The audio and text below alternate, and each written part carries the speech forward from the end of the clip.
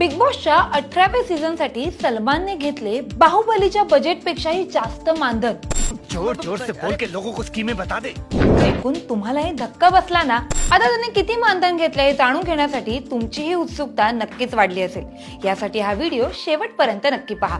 Media रिपोर्टनुसार असं म्हटलं जातंय की यंदाच्या बिग बॉस सीझन साठी सलमान खानने प्रत्येक महिन्याला चक्क 60 कोटी रुपयांचं मानधन घेतले। आता बिग बॉसचा एक सीझन 15 आठवडे चालतो, म्हणजे त्या हिशोबाने विचार केला तर महिन्याला 60 कोटी रुपयांनुसार ही रक्कम तब्बल 250 कोटी रुपयांपर्यंत पोहोचते। ये फंस गया सीएम। म्हणजे सलमानचं हे मानधन काही सुपरहिट चित्रपटांच्या बजेट पेक्षाही जास्त आहे असं म्हणणं वावगं ठरणार नाही। कारण बाहुबली, डंकी, जेलर यांसारख्या चित्रपटाचं बजेट 120 ते 200 कोटींच्या घरात होतं।